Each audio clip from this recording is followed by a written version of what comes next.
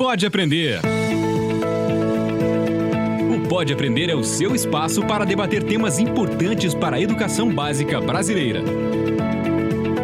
Uma realização da editora Aprende Brasil.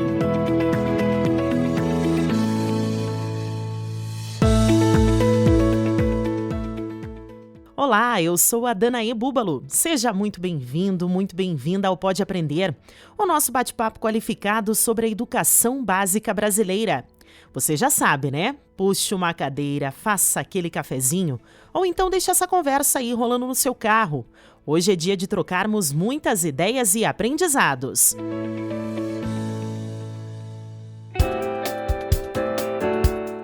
A aceitação do erro promove um desenvolvimento mais equilibrado, no sentido de que a própria inovação e a própria criatividade, que são dois elementos fundamentais ao processo de aprendizagem que nós estamos tendo que vivenciar hoje, são dois processos que dependem da gente não ter medo de errar.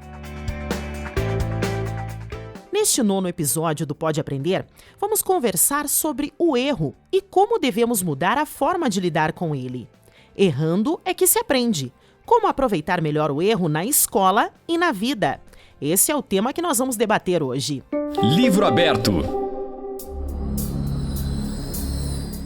Os erros são parte importante do ensino, pois vão além de mostrarem a necessidade de refazer as atividades ou repensar situações. Para aprender a lidar com o erro, é importante ressignificá-lo. Para isso, hoje nós temos 2 convidados que lidam com os erros no dia a dia e os estudam na aprendizagem. A primeira é a Kiara Terra, que estudou teatro, fez comunicação e artes na PUC São Paulo, é contadora de histórias há 22 anos. Ela também estudou improvisação e há 15 anos criou o método de narração de histórias chamado A História Aberta, com narrativas colaborativas. Esse modelo tem se tornado um instrumento pedagógico abrangente, tanto na formação de professores, como em espaços de mediação de obras de arte, museus e exposições. Então, seja muito bem-vinda, Kiara. Olá, queridos. Muito obrigada pelo convite. Danaê, quem está ouvindo a gente em casa, sejam muito bem-vindos a essa conversa muito animada aqui. E também com a gente o professor Júlio Furtado, graduado em Geografia e Pedagogia, pós-graduado em Orientação Educacional, Gestalt Terapia e Dinâmica em Grupo. É especialista em Programação Neurolinguística, diplomado em Psicopedagogia pela Universidade de Havana, em Cuba, mestre em Educação pela Universidade Federal do Rio de Janeiro e doutor em Ciências da Educação. Além disso, o Furtado é professor universitário e ministra a palestra A Pedagogia do Erro. Errar não é o contrário de acertar. Seja muito bem-vindo, professor Júlio. Olá, é um prazer estar com todos vocês, em especial com a professora Kiara, e falar sobre esse tema tão importante aí nessa nossa caminhada de educadores. Bom, pessoal, com essa dupla super especialista no tema de hoje, vamos ao que interessa. Pega a caneta que é hora de se aprofundar no assunto. Pega a caneta.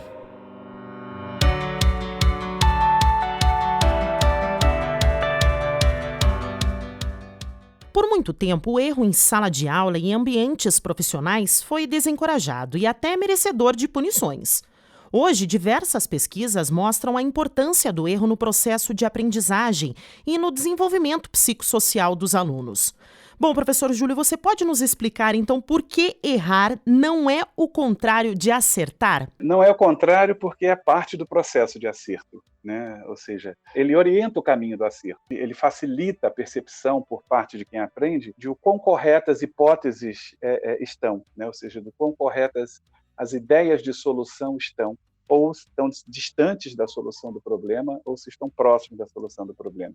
O erro ele oportuniza a correção da rota nessa busca de soluções, né? Além de tudo, ele humaniza o processo de aprendizagem, porque, de alguma forma, o fato da gente errar e lidar com esse erro, encarar esse erro como uma parte natural do processo de descoberta, isso liberta, né, o aprendiz da culpa que vem intrínseca a esse ato de errar, né? Na nossa sociedade, o ato de errar ele vem mergulhado numa imensa culpa, né? Porque o erro sempre foi socialmente castigado e por isso ele gera culpa e por isso ele, em geral, é escamoteado, ele é escondido.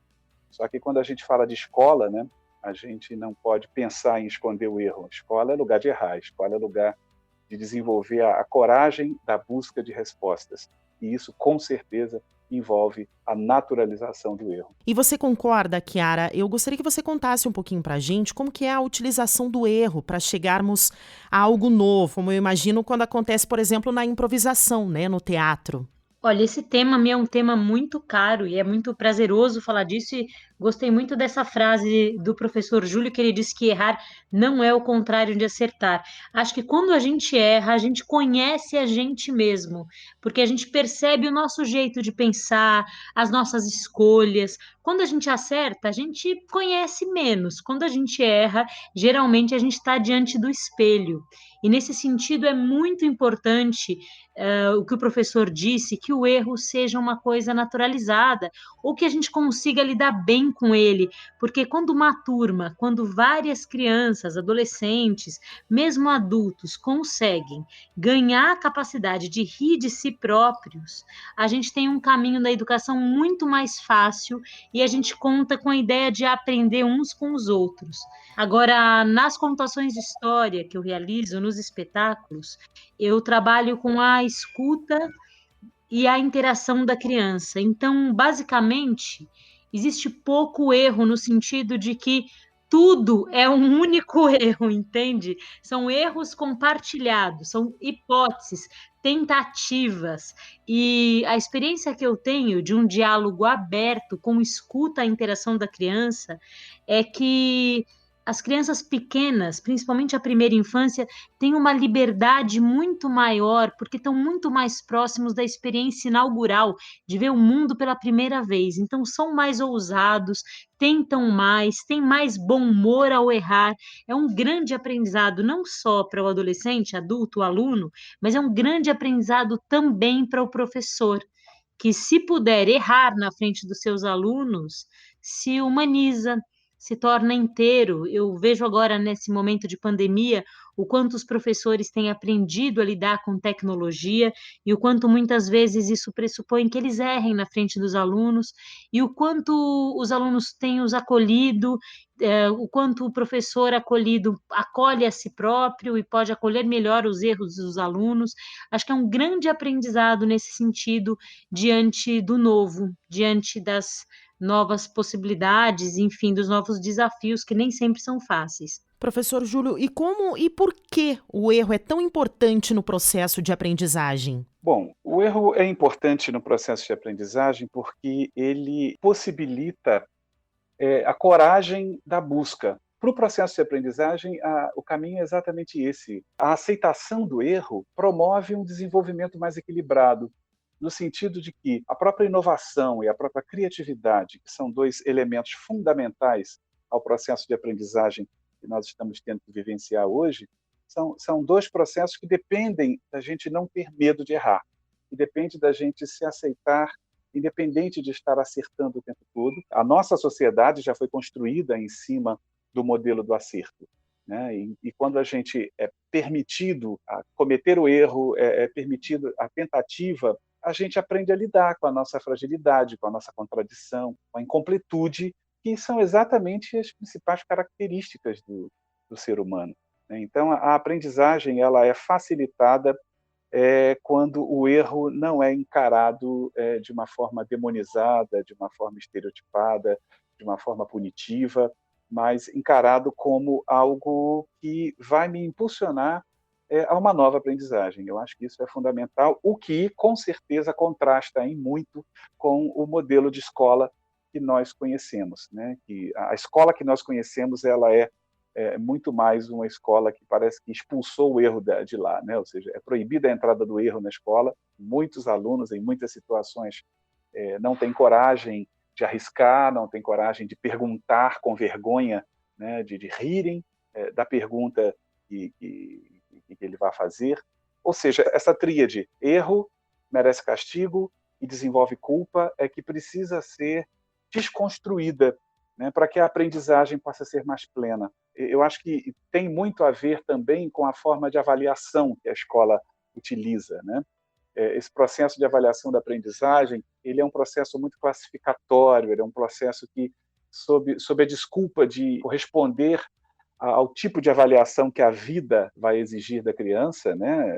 Do tipo fazer um concurso, fazer o Enem, né? Quando a gente fala de concurso, quando a gente fala de Enem, a gente não está falando de avaliação, né? A gente está falando de seleção. E a escola não tem que imitar essa seleção para construir esse menino que vai ter condição de sair melhor nesses desafios da vida. Muito pelo contrário. Quanto mais significativa for a aprendizagem desse menino, melhor ele vai se sair no concurso, melhor ele vai se sair no Enem. E, para isso, a escola precisa avaliar de maneira formativa. A avaliação precisa estar de mãos dadas com a aprendizagem. Na hora de uma avaliação, se o professor está percebendo, por exemplo, que o menino está indo por um caminho complicado, é altamente desejável que ele diga: olha, releia isso, vê se é bem isso que você está fazendo mesmo, presta atenção nessa atividade, vê se é isso mesmo, confere.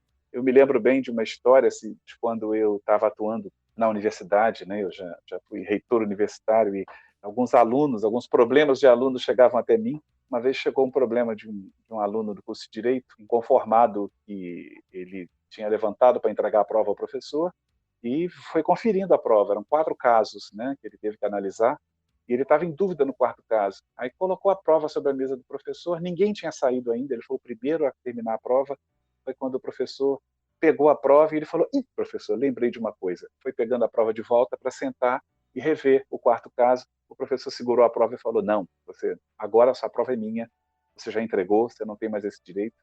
E aí ele, inconformado, foi ao coordenador, e o coordenador deu razão ao professor, em síntese, ele acabou na reitoria, e conversando com esse aluno, ele me perguntou: e aí, professor, é isso mesmo? Ou seja, naquele momento, eu nem cheguei a entregar a prova, eu não tinha o direito, né, de rever a minha resposta, ainda tinha tempo disponível para isso. E, com certeza, ele tinha esse direito, né? E o que levou, por exemplo, esse professor a ter essa atitude? Dissociar aprendizagem de avaliação. É uma aprendizagem que classifica, né? O que você sabe até agora tem que estar lacrado. Você não pode, de repente, aprender durante uma prova. E por que não? Né? Exatamente porque a avaliação ela é contaminada pelo erro. Existe, sim, a avaliação em que errar é proibida, é a avaliação que você vai fazer na vida. Mas a escola não pode importar esse modelo. Ela não pode usar isso como desculpa. A escola precisa naturalizar o erro, né, para que esse menino consiga depois não errar, né, quando ele assim tiver que fazer. Como que a gente pode corrigir, então, sem punir, Chiara? Olha, isso é de extrema importância, é uma pergunta muito boa. Acho que tem uma questão que permeia tudo isso, que é essa ideia de ranqueamento. A gente perde o processo, perde a visão de todo quando a gente se preocupa exatamente com o primeiro, segundo, terceiro colocado. Eu também tenho uma história muito boa, muito curtinha, que quem me contou foi o incrível professor César Nunes, e é uma história que ilustra um pouco essa ideia. É uma tribo indígena, e aí tem um ritual no qual os meninos nadam até um barco, e as famílias esperam os meninos com frutas, e é um grande festejo para ver quem consegue atravessar. Só que o igarapé é fundo, é perigoso, e aí o professor me contou que ele ficou muito aflito, e quando o primeiro curumim, o primeiro menino nadando, chegou na canoa e foi não resgatado, mas conseguiu subir, ele chegou o primeiro, e depois ele ouviu dos indígenas: vocês são muito curiosos, comemoram quando chegam os primeiros. Nós comemoramos quando chegam os últimos, porque é sinal que não ficou ninguém para trás, é sinal que todo mundo chegou. Acho que nessa visão de ranqueamento e nessa visão de competição, a gente perde a noção da escola como um direito e do aprendizado como um direito e como um pacto coletivo. Eu vejo bastante isso na rede pública, menos na rede privada, mas acho que hoje, nesse momento em que a gente vive, o mundo inteiro parou por conta dessa pandemia, e essa questão do ranqueamento, essa questão da competição, essa questão do primeiro, segundo, terceiro colocado vem à tona de uma maneira muito forte. O que importa? Importa que todo mundo chegue? Importa que todo mundo esteja bem? Importa que o coletivo consiga se cuidar, consiga se notar, consiga evoluir num processo de aprendizagem? Ou é mais importante que um faça primeiro do que o outro?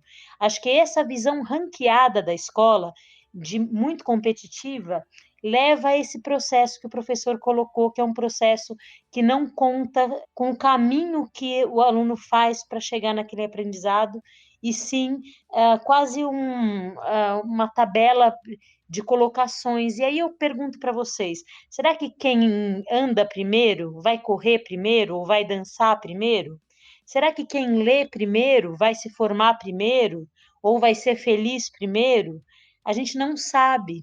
E eu desconfio que não. Desconfio que, por exemplo, na minha vida escolar, o pessoal da turma do fundão deu assim nos melhores pessoas.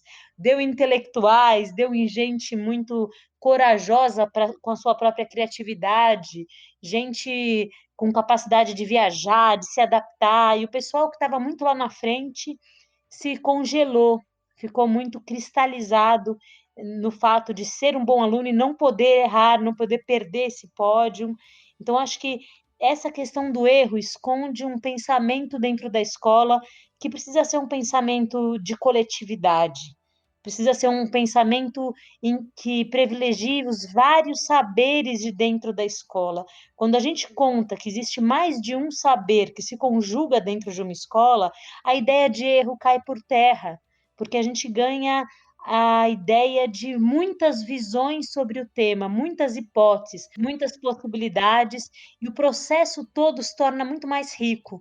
E aí vou dizer para você que o erro se dilui no desejo e na coragem de se enxergar como alguém que está tentando, como alguém que está trilhando um caminho novo, como alguém que está diante de um conhecimento ainda tateando com a ponta dos dedos, enfim. Professor Júlio, e ainda falando do ambiente escolar, então, como que a gente pode tornar esse ambiente mais aberto, mais amigável, né, para os alunos, para que as crianças tentem se preocupar cada vez menos com os erros? A primeira grande mudança que a escola precisa promover é na sua forma de avaliar. Mas eu acredito que outras posturas que são bem típicas da escola e precisam ser repensadas, né?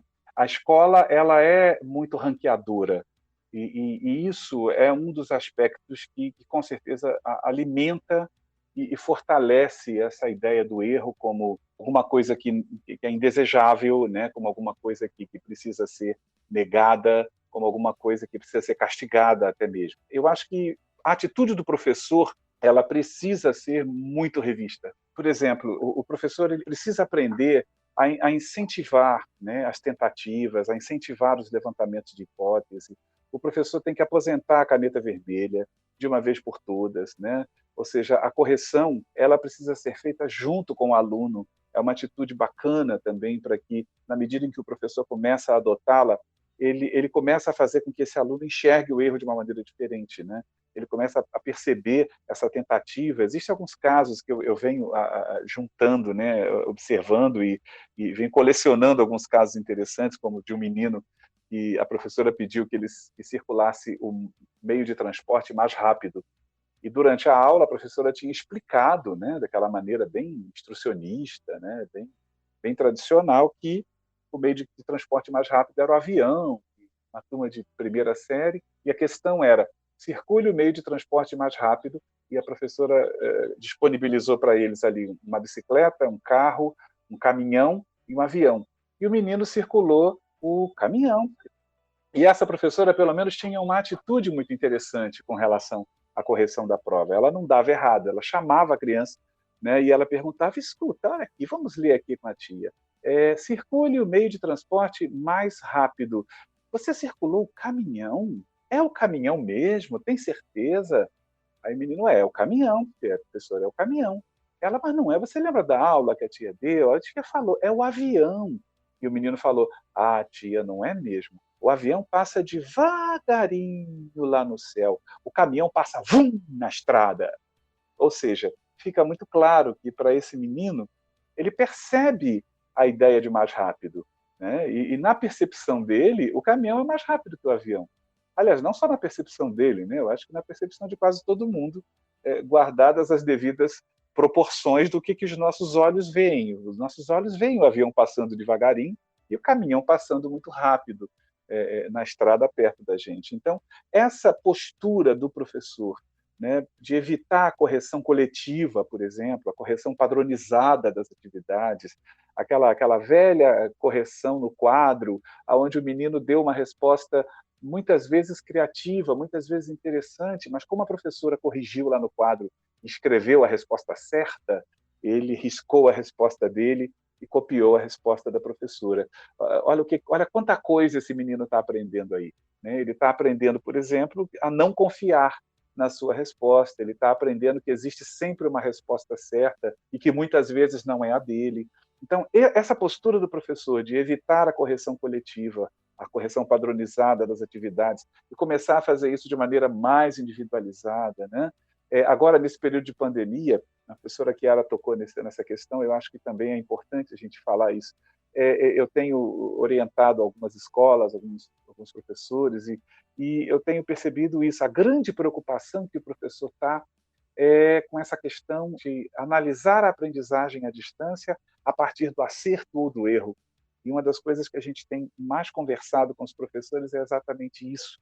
Deixar de lado essa ideia do acertou/errou e começar a apreciar essa resposta que esse menino dá, começar a apreciar a experiência que ele vive, trabalhar mais os conteúdos conceituais com foco na compreensão do menino e não com foco no conceito que está no livro, né? Ou seja, o que você entende que seja a fotossíntese. E aí o menino diz, é uma coisa lá que a planta faz e que tem que ter sol, porque aí a planta ela transforma uma porção de coisa nas suas folhas. E foi isso que ele conseguiu dizer sobre fotossíntese. Com que padrão a gente vai dizer isso está certo, isso está errado? Isso é uma produção dele. Isso é uma produção que ainda precisa ser aperfeiçoada? Claro que sim, mas é uma produção dele. Né? Então, não classificar respostas, mas desenvolver reflexões em cima daquela resposta que o menino deu. Né? E uma outra questão que a escola precisa mudar, e o professor, mais especificamente, precisa mudar, junto com a escola, é a prática da autoavaliação. Levar o menino a se autoavaliar, né? Perguntar sempre a ele o que você achou dessa resposta, você está satisfeito com isso? Você acha que está certo? Por que você acha que está certo? Conversar com a criança, dar espaço para que esse adolescente autoavalie aquilo que ele construiu, né? E com uma ajuda generosa do professor, ele possa até mesmo descobrir que aquilo que ele construiu precisa de alguma reformulação. Eu acho que, com certeza, fazer um mundo melhor passa por essa atitude da escola. Isso que o professor Júlio disse é uma coisa muito importante, porque quando a gente pensa nesse professor perguntador, nesse professor aberto à escuta das crianças, a gente pensa num educador que se abriu, que se reformulou, que procurou em si outras alternativas, outras maneiras de ouvir a criança. Isso é uma urgência, isso vai tornar, sem dúvida, a prática desse professor muito mais tranquila, muito mais fácil, muito mais pacificada. Agora, atrás de um professor que não escuta ou que tem um modelo muito rígido de certo e errado, tem também um modelo de educação que se pauta na intolerância ou na escolha de um único modo de ver o mundo.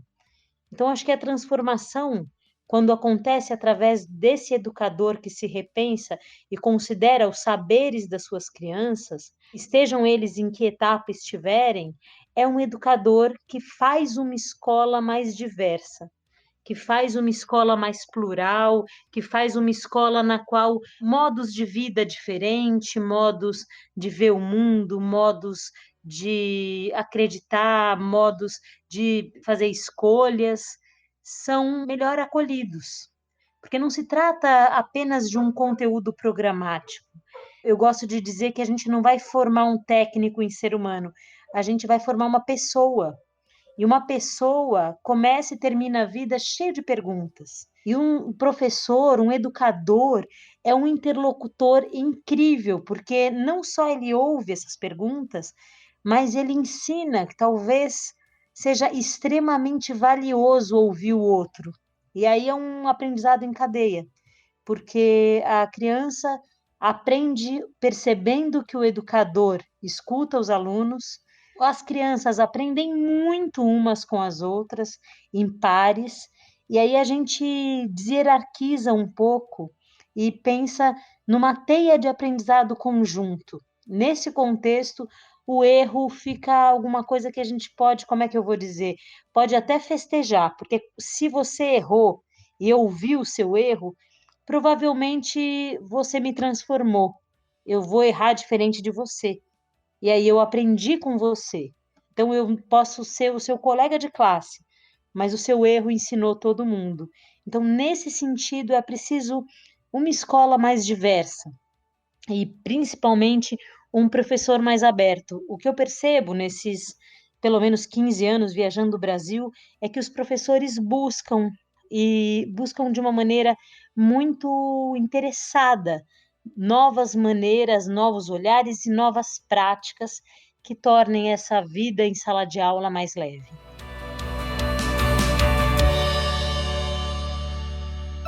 Múltipla escolha. No quadro Múltipla Escolha, pedimos para os nossos convidados darem dicas de conteúdos que podem levar o nosso bate-papo além aqui do podcast. Então, professor Júlio, você poderia sugerir conteúdos, livros, vídeos ou então outros materiais que possam levar os nossos professores a enxergarem o erro de uma outra maneira? Sim, eu tenho aqui algumas sugestões. Eu sou coautor de um livro chamado E Errei. São diversos autores, né, uma coletânea de artigos que todas falam a respeito do erro enquanto elemento de aprendizagem, né? Tem um filme que eu gosto muito que se chama De Porta em Porta, que é a história do Bill Porter, né? Ele é uma pessoa que tem paralisia cerebral e ele se torna um grande vendedor. Então essa construção dele enquanto vendedor, ela é cheia de erros, ela é cheia de, né, entre aspas, né, ela é cheia de situações com as quais ele tem que enfrentar e tem que aprender como não fazer, né, e tem que repetir aquilo. Então é um filme que nos inspira bastante nesse sentido. E tem alguns artigos também interessantes sobre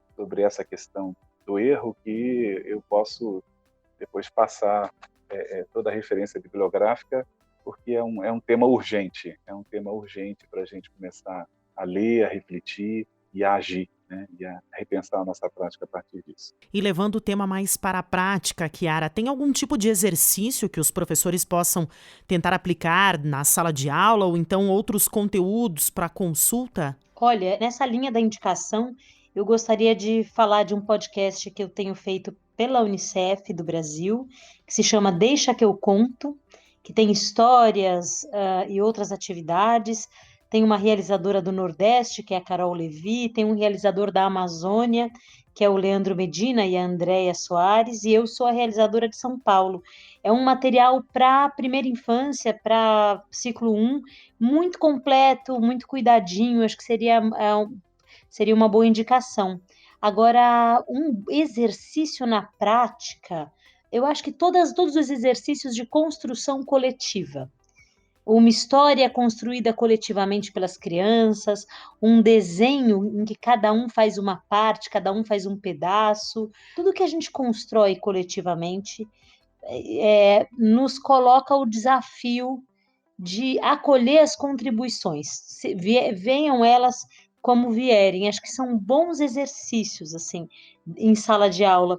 E acho que uma coisa muito importante, agora puxando a sardinha para o meu lado, é o professor lembrar que o aprendizado pressupõe uma troca afetiva, o aprendizado pressupõe uma troca humana. Então, ele nesse momento de pandemia e também em sala de aula, não deixar de se contar aos alunos, de contar a sua própria história, de contar a sua trajetória de estudante, de contar a respeito das suas referências, sejam elas referências intelectuais, sejam elas algumas pessoais, sejam elas suas inspirações. Um educando que tem um professor apaixonado, empolgado, inflamado, vivo e que se inspira em alguém, é um educando que vê nesse educador alguém que ainda aprende. Isso é muito importante. Então, se o educador que está ouvindo a gente percebe que faz tempo que ele não conta aos alunos quem ele é e as coisas que o move, talvez seja um bom fio da meada para ele fazer um resgate, não só das pessoas inspiradoras e dos seus modelos, mas também dos seus erros, do seu processo enquanto educador, do caminho feito até ali. Estamos todos escrevendo a nossa própria história.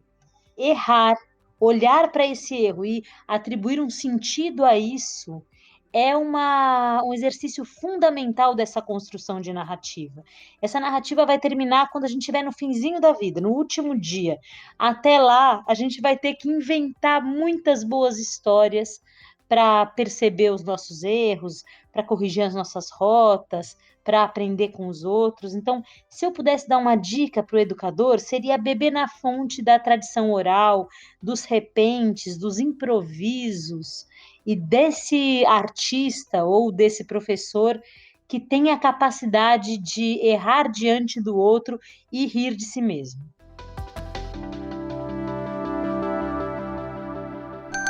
Diversão para casa. Estamos chegando ao fim do nosso episódio de hoje e eu gostaria de agradecer a presença então de vocês no nosso programa e abrir espaço então, para os nossos convidados, para que contem como que a gente pode acompanhar o trabalho deles, além aqui do nosso podcast. Professor Júlio, aonde que o pessoal, os nossos ouvintes, podem te encontrar? Qual o seu canal aí de contato? Bom, o canal mais fácil é pelo meu site mesmo, que é www.juliofurtado.com.br, ok? E quem quiser também, a gente está lá no Instagram, o @Prof. Júlio Furtado. Chiara, e o pessoal pode te encontrar onde? Olha, o canal mais imediato é o Instagram também, que é o @ChiaraTerra no Mundão. Eu coloquei no Mundão porque atualmente eu faço um doutorado em Portugal. Eu estou aqui estudando Sociologia da Infância. Então, a partir daí, coloquei esse no Mundão. Chiara Terra é com KI. Ou também no Facebook, só buscando por Chiara Terra. Lá, o diálogo, a conversa é respondida rapidamente. E também há inúmeros vídeos de formação de professores, narração de histórias e muitos outros materiais no YouTube, só procurando por Chiara Terra. Muito obrigada, Júlio. Muito obrigada, Chiara. E a você que nos escuta, obrigada por ter nos acompanhado até aqui. Lembrando que você pode enviar as suas perguntas, os seus comentários e também as sugestões pelo nosso e-mail podeaprender@gmail.com e nos acompanhar na sua plataforma de podcast preferida, além das redes do Aprende Brasil. Até a próxima! Com produção e edição de Central Press Brasil, este podcast é uma iniciativa da editora Aprende Brasil. Um futuro melhor por meio da educação.